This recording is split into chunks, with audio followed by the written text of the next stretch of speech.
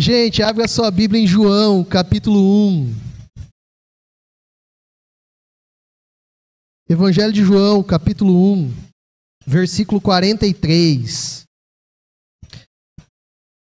Evangelho de João, capítulo 1, versículo 43 até o versículo 51. João 1, versículo 43 até o versículo de número 51.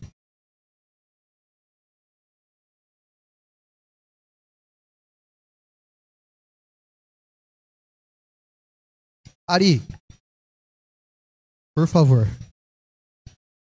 Amém? A palavra de Deus diz assim: no dia seguinte, Jesus decidiu partir para a Galileia. Quando encontrou Filipe, disse-lhe: siga-me. Filipe, como André e Pedro, era da cidade de Betsaida.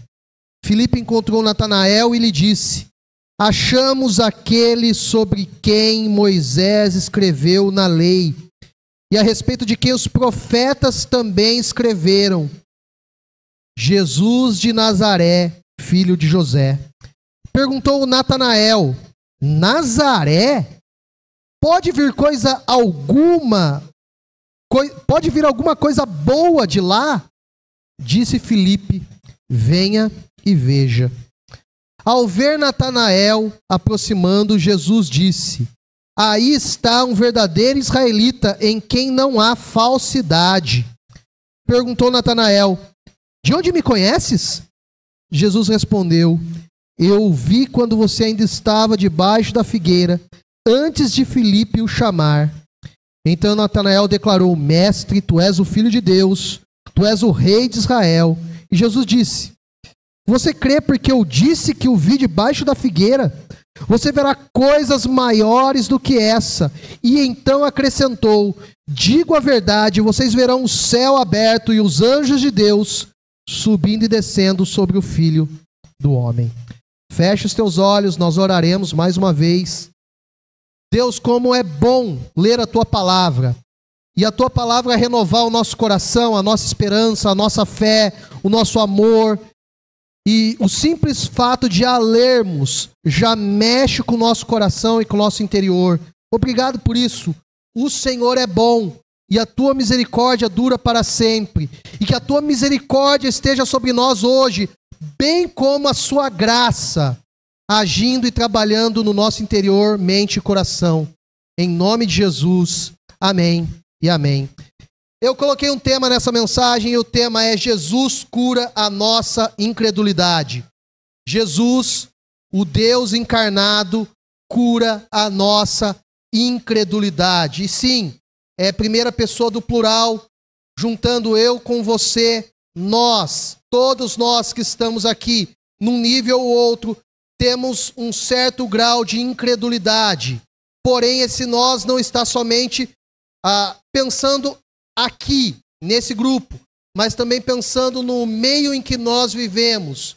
O ser humano recebeu um mandato social no qual todas as pessoas estão inseridas e passam a fazer parte. Nós vivemos num pequeno grupo que nós chamamos de família, que é um meio social, mas esse meio social é expandido para outras relações que nós temos.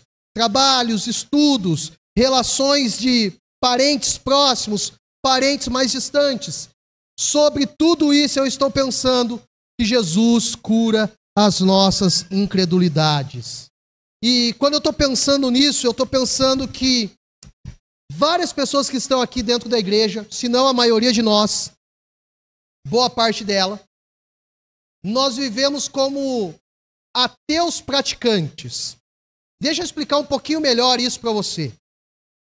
Se eu chegar para você e falar assim: você crê em Deus? Você vai falar: sim, eu creio em Deus. Deus existe.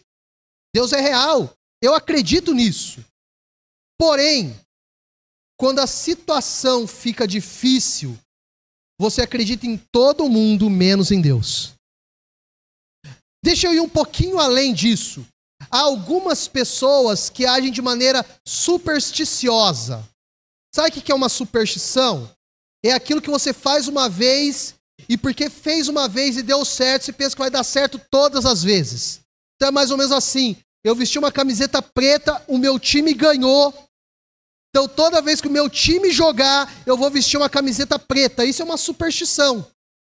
Parecida com isso é mais ou menos assim. Olha, estava tudo ocorrendo bem na minha vida, só foi eu ir naquele lugar e as coisas desandaram. Isso é superstição. Isso é uma forma de nós sermos ateus praticantes. Deixamos de crer em Deus e passamos a crer em crendices populares, do tipo, o seu chaveiro é um pé de coelho. Ou você tem uma nota de $1 na sua carteira. Ou você tem um elefante em cima da sua geladeira com a bunda virada para a porta. Ou você adquiriu alguns cristais e colocou dentro do seu quarto porque aquilo iria atrair boas energias para sua casa. Ou você foi comprar tinta para pintar a sua casa e o vendedor pegou e falou assim, você tem que pensar no Feng Shui da sua casa. E tem que tudo estar em harmonia. Portanto, é melhor que você pinte com essa cor aqui, porque vai atrair boas energias. Ou a melhor de todas, você diz assim para outra pessoa, não gosto muito dele, porque o santo não bateu.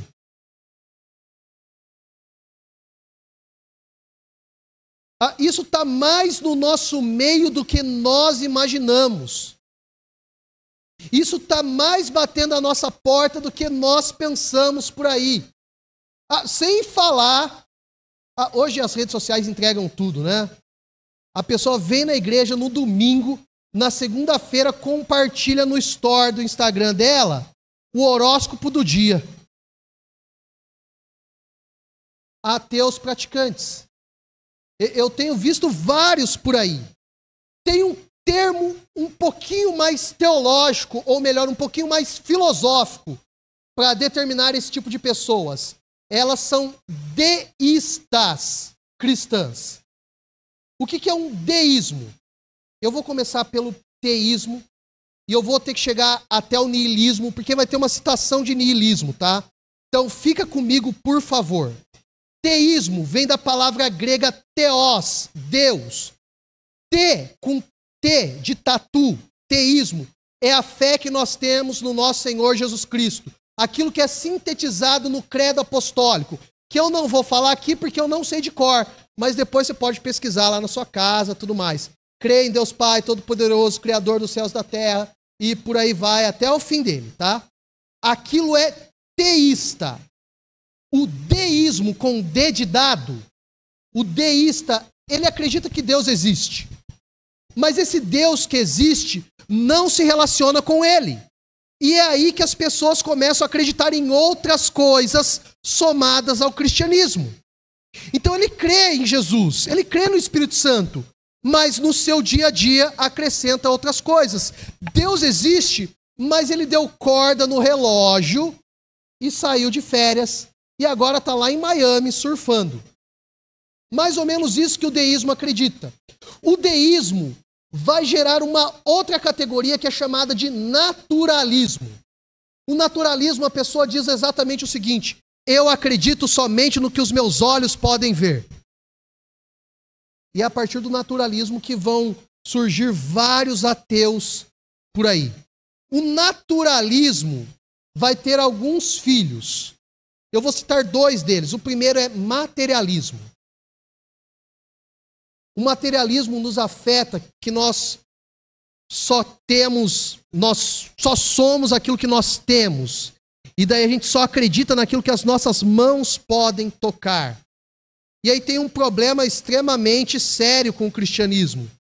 Porque nós acreditamos num Deus que nós não vemos, que não tem uma imagem dele, mas que nós sabemos que ele é verdadeiro e real, e que nós falamos que o Espírito Santo testifica no nosso coração de que tudo isso é real.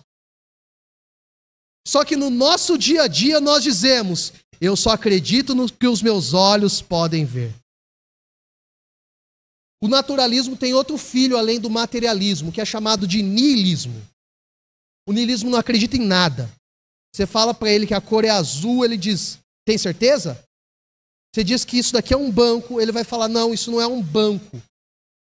Isso é simplesmente uma matéria formada numa outra ordem. Por que eu estou falando tudo isso? Porque nós somos altamente influenciados por essas filosofias, essas maneiras de pensar que estão à nossa volta. Você conversa com pessoas que usam frases como essas que eu citei aqui. Você encontra pessoas que usam roupas, que pensam que combina, porque isso vai trazer paz interior para o coração dela. Você encontra pessoas por aí que não entram em determinados lugares porque entende que aquele lugar não é abençoado. E por aí vai. Você está se relacionando com pessoas como essas. Mais um detalhe, essas pessoas estão mais próximas do que você imagina. Elas fazem parte da sua família, pessoas que você ama e que têm esse tipo de maneira de pensar. Bom, eu estou falando tudo isso entendendo e compreendendo que existe um nível mais difícil, que é chamado de ceticismo. Se vocês prestarem atenção em toda essa explicação, até eu chegar no niilista, o niilista é extremamente cético em relação a tudo, inclusive a vida. Portanto, para um niilista, matar alguém, tanto faz, porque ele não acredita na vida. Perceba, se nós começamos a abandonar a nossa fé desde o início, nós corremos o sério risco de cair naquilo que é chamado de ceticismo. Agora, se nós entendemos quem Jesus é e como ele trata esse encontro que ele tem com Natanael, você vai perceber que Jesus acaba com toda a incredulidade. Jesus encerra todo o ceticismo. Jesus encerra toda e qualquer outra maneira de pensar que não esteja centrada nele. E é sobre isso que nós queremos falar. Então, o Viktor Frankl, ele foi um judeu que passou por aquela situação do Holocausto. Ele escreveu uma frase que é mais ou menos assim: todo niilismo se caracteriza pelo ceticismo em relação ao sentido. Ceticismo esse acompanhado de um relativismo quanto aos valores. Eu vou repetir. Todo niilismo, todo aquele que não crê em nada, se caracteriza pelo ceticismo. Ele duvida de tudo, ele questiona tudo. Isso em relação ao sentido. Mas esse ceticismo é acompanhado por um relativismo quanto aos valores. Em outras palavras, se Jesus não for o firme fundamento da sua fé, você vai perder tudo aquilo que tem significado. Se Jesus não for a base da maneira como você pensa e como você age, você vai se perder nesse mundo caótico. Dito tudo isso, eu tenho alguns pontos para falar à luz do texto que nós lemos. O primeiro é que Jesus chama os seus discípulos para uma caminhada. O texto que nós lemos não começa com Natanael, apesar de eu enfatizar Natanael daqui a pouco. Começa com Jesus e Filipe. E Jesus chamando Filipe. Jesus chamando Filipe para uma caminhada, para seguir, para imitar. Não é qualquer pessoa que está chamando Filipe.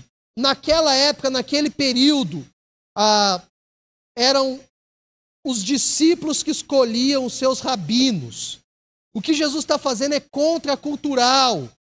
Ele está andando por Israel, ele está andando pela Galileia, ele está andando pelas terras empoeiradas daquele mundo antigo, está olhando para pessoas e está escolhendo pessoas. Jesus é um rabino? Claro que é. Ele vai ensinar grandes feitos? Claro que vai. O Evangelho de João grande parte dele, os discursos de Jesus. Porém, o que Jesus está fazendo com Filipe, comigo e com você, é para seguirmos a ele. E aí não é somente uma autoridade de rabino. Existia toda a autoridade educacional, intelectual presente em Jesus, mas é um pouquinho além disso. É o próprio Deus chamando pessoas para caminhar com ele. E ele continua fazendo isso nos dias de hoje. Esse chamado de Jesus para Filipe não envolve somente copiar aquilo que está sendo passado na lousa e estudar para uma prova. É uma caminhada para a vida. É uma caminhada de imitação, é uma caminhada de espiritualidade, é uma caminhada de profundidade com Jesus, é uma caminhada na qual Filipe nunca mais seria o mesmo. E só um detalhe, nós sabemos tão pouco acerca da vida de Filipe, do ministério de Filipe. Esse Filipe presente aqui não é o mesmo Filipe presente em Atos, que é separado para ser um diácono. É outro. Esse é um dos 12. Mas Jesus muda a vida desse discípulo. E Jesus tem feito isso insistentemente conosco. Provavelmente você já aceitou Ele como Senhor e Salvador da sua vida. Se não fez, deveria fazer. Mas não é somente isso. Nós temos a síndrome de final de corrida. Nós pensamos que aceitar Jesus é o fim de uma caminhada e pronto, acabou. Nós vamos para o céu. O problema é que quando nós fazemos isso, nós abrimos portas para o ceticismo, para a dúvida. Nós abrimos porta para a incredulidade. E que lá no fim, essa maneira de viver vai ser dizer que Jesus não existe. Não crer mais nele. Agora, se nós entendermos bem o processo da caminhada que Jesus nos chama, nós o seguiremos não somente um dia, e não com essa ideia de linha de chegada, mas a ideia de uma maratona na qual nós continuamos e continuamos. Tem um tipo de prova que é chamado Ultraman, se não me falha a memória, na qual a pessoa não é igual uma maratona 42, é um pouco mais de 100 quilômetros. Ironman. E a pessoa persiste nisso. Então perceba, não é nem a linha de chegada, não é nem 100 metros, não é nem uma maratona, é um pouco além. Se você entendeu bem, Jesus te chama para uma caminhada de vida com Ele. É viver com Ele ou não valer a pena viver. Em segundo lugar, Jesus nos chama para uma missão. Eu gosto desse texto, porque esse texto não fica com muito rodeio. Jesus chamou Filipe. Poucos momentos depois, Filipe está chamando Natanael. Hoje em dia a gente pensa que tem que fazer o curso da Jocum, tem que se filiar à PMT, JMN, a PMT, Agência Presbiteriana de Missões Transculturais, PMN, Projeto Missionário, Projeto de Missões Nacionais, PMC. Ou nós pensamos que temos que fazer parte de qualquer outro grupo. Não! Falar de Jesus é a coisa mais simples que tem, ou no mínimo, deveria ser. E o que eu escrevi aqui é, nós precisamos encontrar amigos para seguir Jesus. Normalmente nós desenvolvemos amizades e nós pensamos em pessoas que fazem bem para nós. Tem nada de errado nisso. E eu quero desafiar você a pensar dessa maneira. Conviva com pessoas que te façam bem. Não conviva com pessoas que vão te fazer mal. Hoje em dia o termo é tóxico, né? Hoje em dia todo mundo pensa que o outro é tóxico, nunca é ele, né? A maioria das pessoas é o alecrim dourado que nasceu no campo sem ser semeado, né? Todo mundo é bona gente. Ele é bona gente, mas os outros não. Todos os outros que são tóxicos, tá? Eu sei que você precisa, e a mente nos dias de hoje, tão carregada, tão cheia como é, nós precisamos de pessoas que nos façam bem à nossa volta. Claro que sim. Eu não estou dizendo isso. O que eu estou falando é que nós também precisamos de amizades intencionais. O que são amizades intencionais? Amizades nas quais eu e você vamos falar de Jesus para elas. E eu tenho entendido que é um maior dos egoísmos.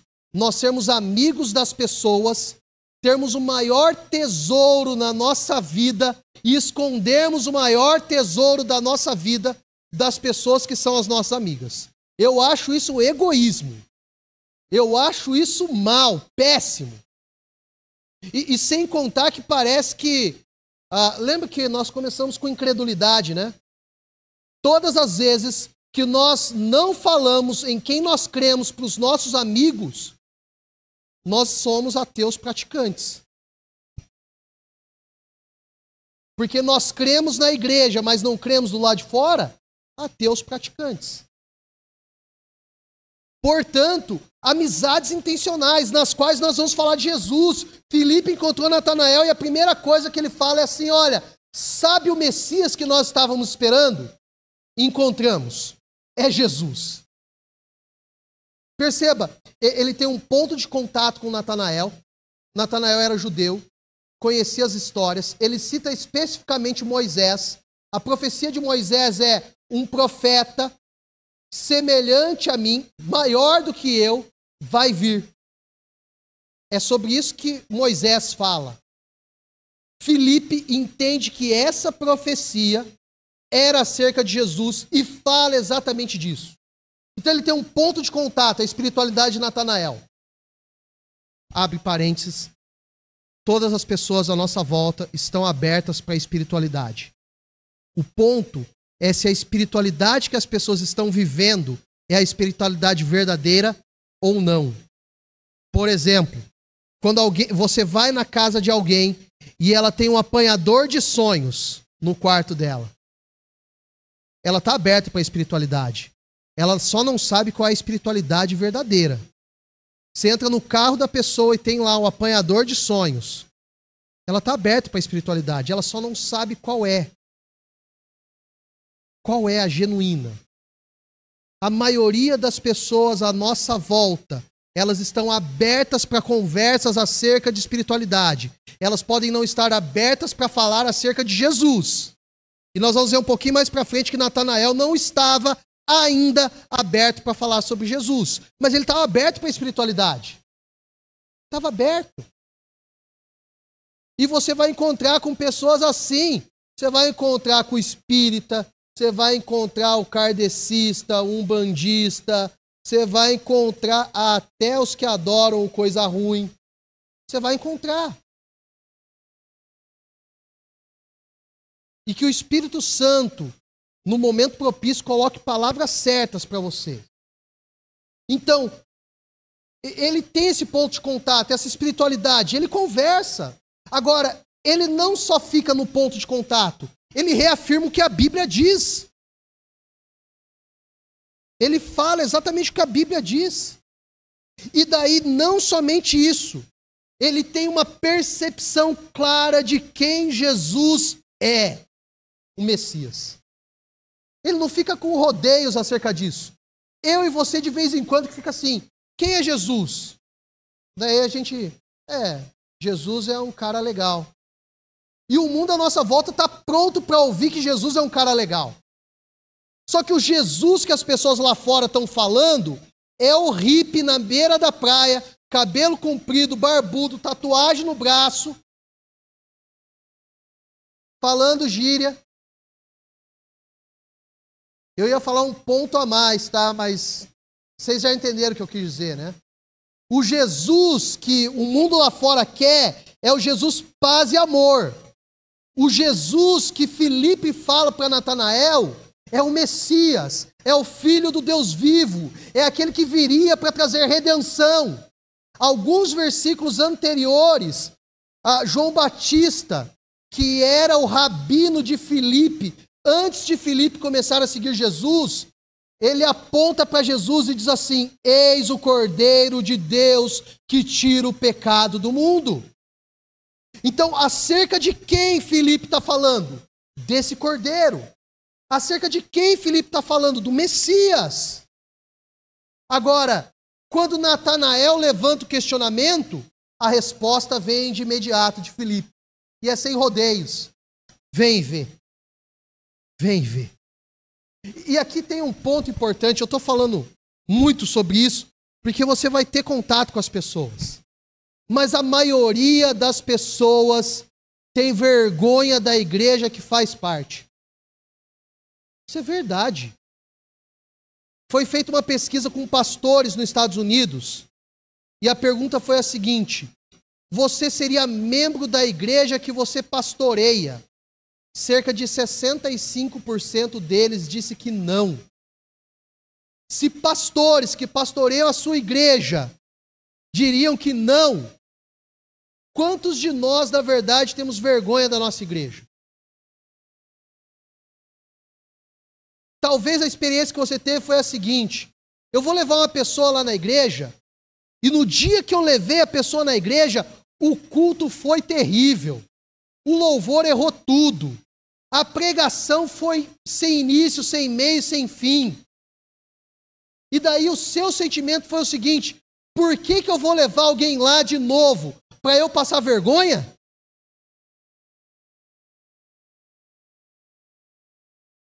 Muitas pessoas dentro da igreja, esse é o sentimento que move elas. E é por isso que elas não trazem as pessoas para a igreja. Um pouquinho além disso, eu falei vergonha, envolve também medo. E aí o medo é o medo de nós sermos julgados. Mas a expressão de Filipe para Natanael é a seguinte: olha, vem e vê.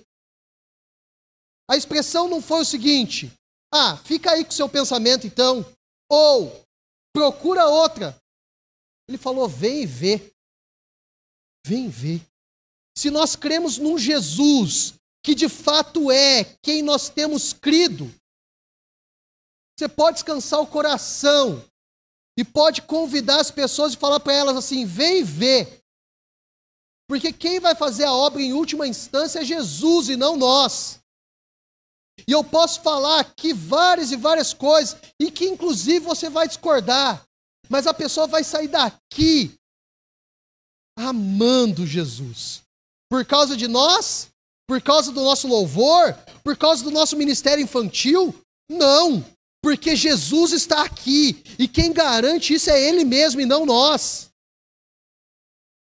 Jeremias Pereira foi visitar uma igreja lá em BH, e era uma igreja pentecostal, e ele levou alguns amigos, mas eles chegaram atrasados e a igreja estava cheia. E daí sentou cada um em um canto. E daí cada um teve uma percepção do culto. Mas o Jeremias teve a dele. Porque o irmão que foi fazer a oferta pegou e falou assim, meus irmãos, você precisa dar o dízimo. E se você não está dando o dízimo, você está roubando a Deus. Outro irmãozinho, na hora do louvor, pegou e falou assim, Deus, Ele odeia o pecado, mas ama o pecador. Se você não sabe, essa frase é errada. O Salmo 5, versículo 5, o Salmo 11, versículo 5, não faz distinção entre pessoa e pecado, tá? Ele odeia os dois nesse sentido. É por isso que é importante Jesus, aquele que é o Cordeiro de Deus que tira o pecado do mundo. Antes vocês eram inimigos, odiados, e agora vocês são amados. A obra dele é completa. Alguém do louvor foi lá e falou, Deus odeia o pecado, mas ama o pecador. E no final o pregador foi completamente antropocêntrico e falou que você é o centro de Deus. No final, Jeremias foi falar com aqueles amigos, e cada um deles, chorando, falou para eles, que culto maravilhoso, eu estava roubando a Deus e eu preciso me consertar. Eu estava vivendo uma vida de pecado, mas Deus me ama e eu quero abandonar o meu pecado. Eu descobri que Deus agora se preocupa comigo a tal ponto de enviar Jesus na cruz do Calvário e eu passar a ser o centro. A percepção que nós temos pode ser completamente diferente da outra pessoa que está à nossa volta. Um pouquinho além. A forma como Deus trata no nosso coração pode, e na maioria das vezes é diferente das pessoas que estão à nossa volta. Então descansa o coração, porque Ele continua sabendo como faz a sua obra. Tim Keller, no seu livro Encontros com Jesus, ele diz o seguinte, as pessoas adoram revirar os olhos. Sabe quando você fala com alguém e a pessoa faz aquele deboche com o olhar? É sobre isso que o Tim Keller está falando. As pessoas adoram revirar os olhos ante a ideia do cristianismo e suas afirmações acerca de quem é Cristo, do que Ele tem feito e do que pode fazer em nosso favor.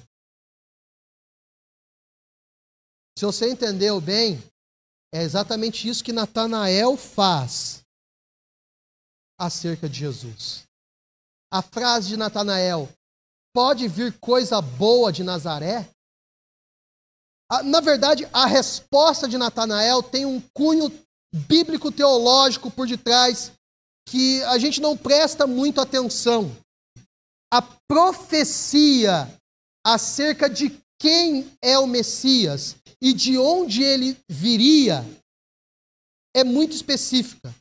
Ele seria filho de Davi e ele nasceria em Belém. Eu e você sabemos dessa informação. Nós lemos o Evangelho de Mateus. Mas quando Filipe fala para Natanael, ele fala que Jesus é de Nazaré e filho de José. E daí vem a resposta de Natanael.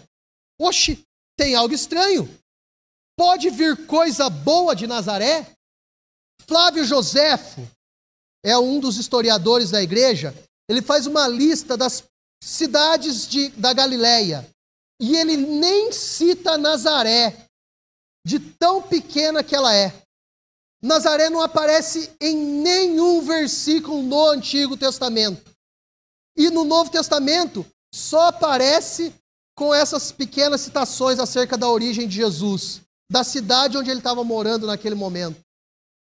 Para vocês perceberem como que estava o coração de Natanael quanto a isso. Ele está aberto para a espiritualidade, mas a princípio ele não crê em Jesus. Agora, terceiro lugar, Jesus é aquele que nos vê. Natanael está tão aberto para a espiritualidade que ele vai.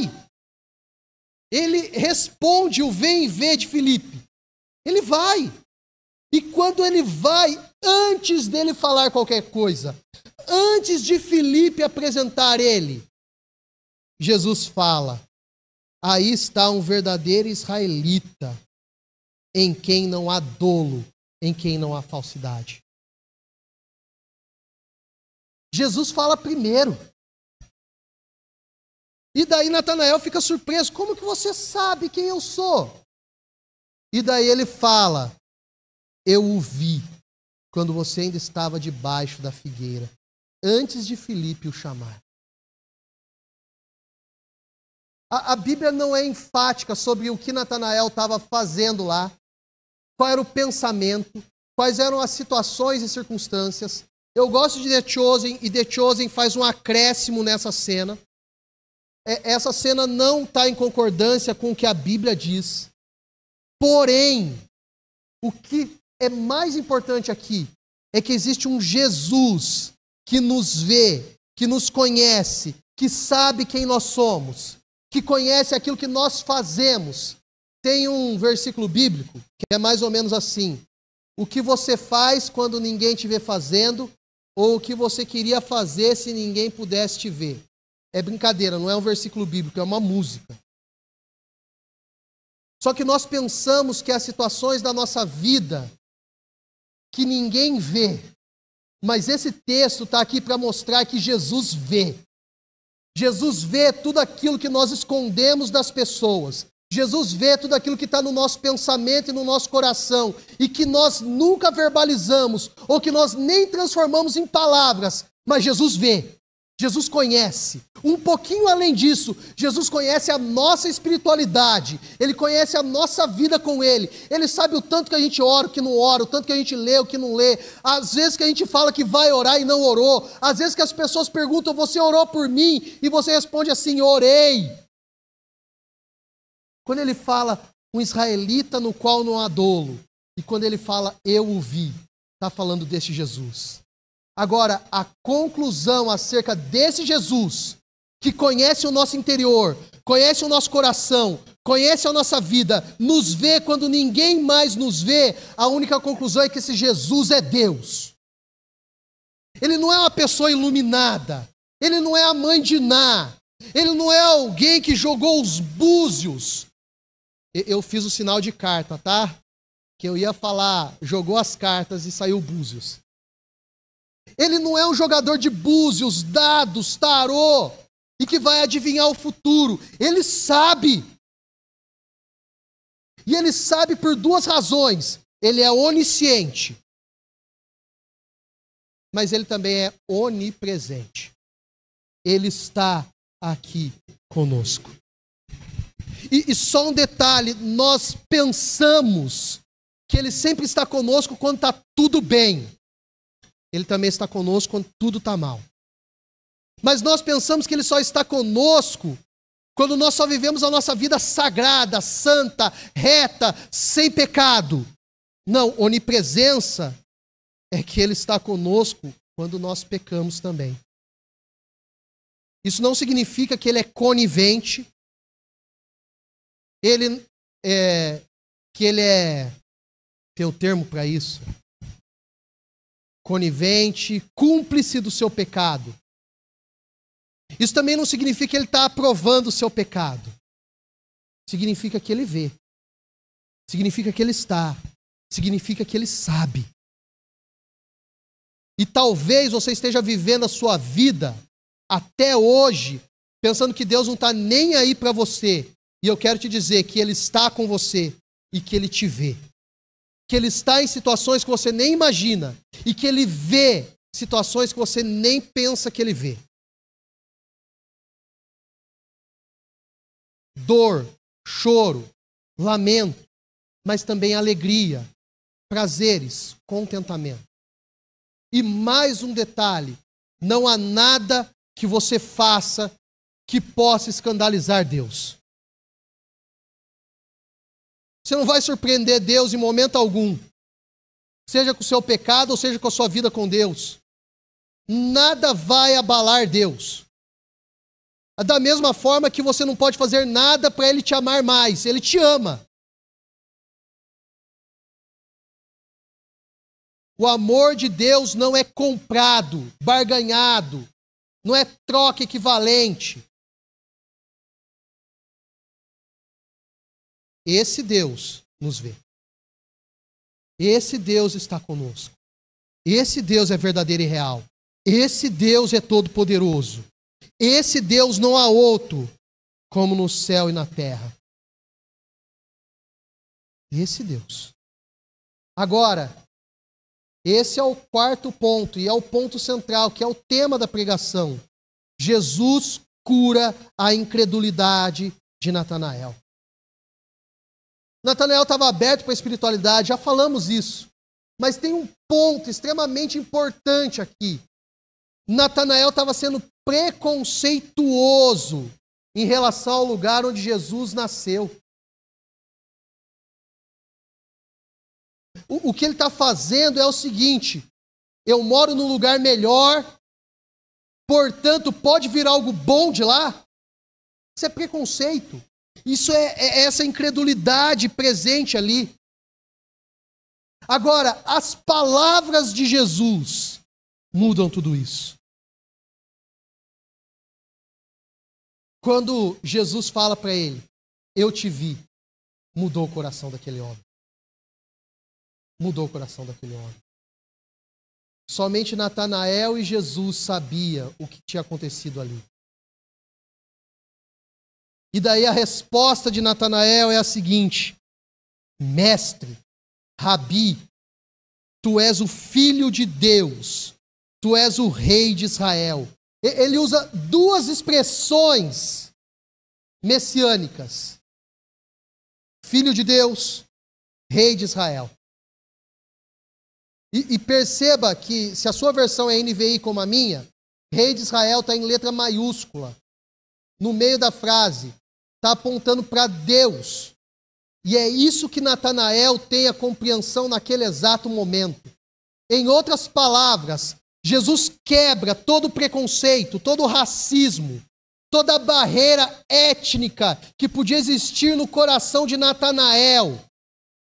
E Natanael faz uma declaração de fé acerca de quem Jesus é. E essa declaração de fé não foi para Jesus, foi para as pessoas que estavam ali. Filipe estava perto e estava ouvindo tudo aquilo. Ele não tinha medo, não tinha vergonha, mas quando ele foi confrontado pela palavra do próprio Cristo, ele não teve para onde correr a não ser dizer: eu creio em você. Mestre, tu és o Filho de Deus. Não é a única expressão messiânica presente no texto. A outra está no próprio lábio de Jesus, quando encerra o versículo 51 dizendo: Filho do homem.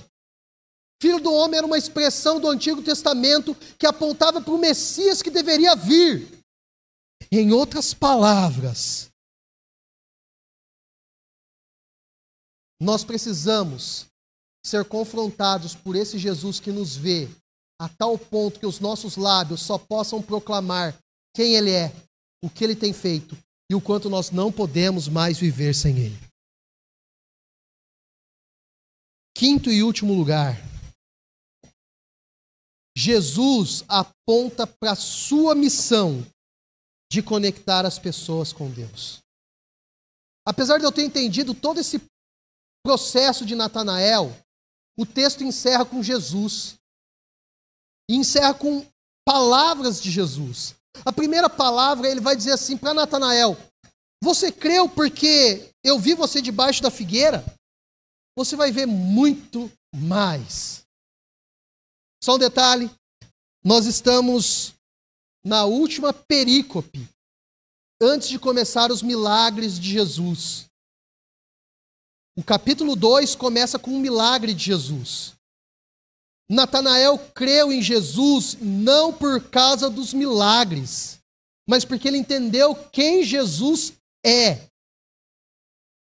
Agora, quando Jesus começa a falar, vocês verão muito mais, o texto imediatamente posterior é um milagre.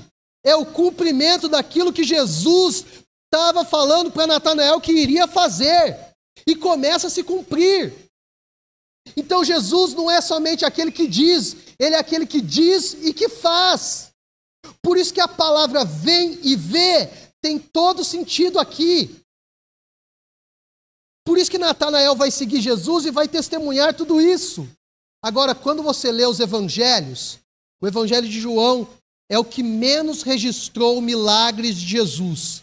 Só tem 7 deles escrito aqui. Mas no final do evangelho de João, lá no capítulo 20, o autor desse evangelho, João, vai dizer o seguinte: Jesus realizou muitos mais sinais e milagres que não foram escritos neste livro. Porém, os que estão aqui são suficientes para que vocês creiam que Ele é o Filho de Deus. Jesus continua falando para Natanael: digo a verdade, vocês verão o céu aberto e os anjos de Deus subindo e descendo sobre o Filho do Homem. Jesus está citando uma passagem do Antigo Testamento, de Gênesis capítulo 28, no qual Jacó, fugindo da sua casa, fugindo da sua família, ele dorme no meio da estrada, usando uma pedra como travesseiro, e ele tem um sonho. Nesse sonho, ele vê uma escada que liga a terra e os céus, e anjos descendo e subindo. Como nós vivemos no século 21, quando a gente fala de escada, você prontamente pensa naquela escada que você vai lá e escora na parede e começa a subir ela. Mas a visão era mais parecida com uma zigurate. Zigurate, no mundo antigo, eram torres construídas, na qual em cima eram feitos sacrifícios e orgias para os deuses pagãos, para que tivesse fertilidade na terra. Como algumas pessoas um pouco menor de idade, eu não vou usar o termo que é o termo correto para explicar isso, tá? Mas essa fertilidade é aquela estranha por aí, tá bom? É sobre isso que eles pensavam. Provavelmente a visão que Jacó tem é uma zigurate como essa, mas não era uma orgia presente lá. Era Deus se revelando e descendo e subindo os anjos. O que Jesus está dizendo é o seguinte: eu, Jesus, sou aquele que conectará céus e terra. Na linguagem de Paulo, em 1 Timóteo capítulo 2, versículo 5, ele vai dizer o seguinte: só há um mediador entre Deus e os homens, Cristo Jesus. O que Jesus está afirmando é o seguinte: eu sou aquele que vai morrer para que vocês tenham uma escada para chegar até Deus. E que o próprio Deus desceu essa escada e chegou até vocês nos dias de hoje. O que Natanael deveria entender é o seguinte: o próprio Deus está no meio de vocês. E esse próprio Deus vai levar vocês de novo aos céus. Você percebe como essa mensagem é profunda que Jesus queria falar para nós? E nós só pensamos em uma visão. Jesus está falando dele e daquilo que ele veio fazer nesse mundo. Ele veio conectar pessoas com Deus. Toda essa palavra é sobre conectar pessoas com Deus. Primeiro, o próprio Jesus chamou Filipe. Depois, Deus usou Filipe para chamar Natanael. E se conectou com Natanael. E a partir de agora, Jesus está usando eu e você para falar que a divisão que existia entre nós e o nosso Deus não existe mais. E que é possível se relacionar com Deus nos dias de hoje. Eu posso ouvir um amém? Obrigado. Eu tenho 3 aplicações para encerrar. Primeiro, nós precisamos que as incredulidades do meu e do seu coração sejam tratadas, curadas, saradas, perdoadas, lavadas, redimidas, ou qualquer outro termo que você quiser usar. Nós precisamos. Então a pergunta é: qual a incredulidade que te acompanha hoje? Qual é? A de Natanael era bem específica, né? Pode vir coisa boa de Nazaré, mas qual é a nossa? Segunda aplicação: conhecer Jesus deve ser a prioridade da nossa vida. Eu vou morrer falando sobre isso. Se você julga que já conhece Jesus, há mais para você conhecer acerca dele. Muito mais. E nada, absolutamente nada, deve separar esse desejo do nosso coração. Ou nada deve ser mais importante do que isso. Abra sua Bíblia em Colossenses, capítulo 3, versículo 1.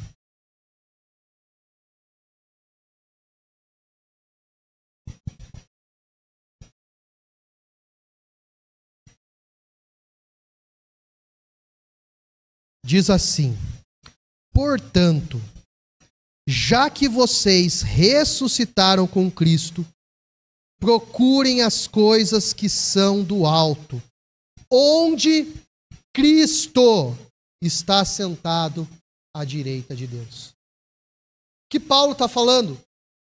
Vai conhecer Jesus. Jesus está lá, no alto. Procure essas coisas. Como Paulo começa? Vocês estavam separados de Deus, mortos, mas agora ressuscitaram. Ressuscitaram com Cristo. Então procure a Ele. Vivam com Ele. Caminhem com Ele. Ainda nesse mesmo capítulo de Colossenses, o versículo 16 vai dizer assim: habite ricamente em vocês a palavra de Cristo.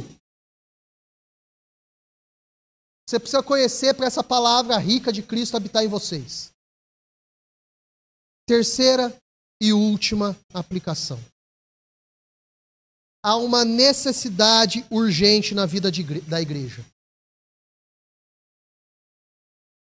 Falar de Jesus. Há uma necessidade urgente na vida da igreja. Essa necessidade é falar de Jesus. Eu tenho visto, eu não estou pensando só na nossa igreja, tá? Eu tenho visto pessoas falarem bastante de teologia. Eu tenho visto pessoas falarem bastante de escatologia. E eu não estou dizendo que não é possível falar dessas coisas sem falar de Jesus. Você fala de Jesus nelas.